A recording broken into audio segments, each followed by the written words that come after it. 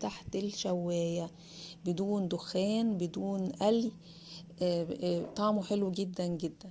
معانا المكونات بتاعته. معانا طماطمايه، انا هعمل المقدار ده لكيلو سمك. طماطمايه، بصلايه صغيره، 4 فصوص توم، فلفل احمر. الفلفل الاحمر بيدي نتيجه حلوه جدا في حشوه في تتبيله السمك.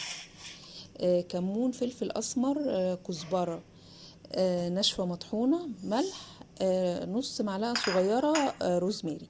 روزماري برضو بيدي ريحه حلوه قوي للتتبيله. فرمتهم في الكبة بالمنظر دوت.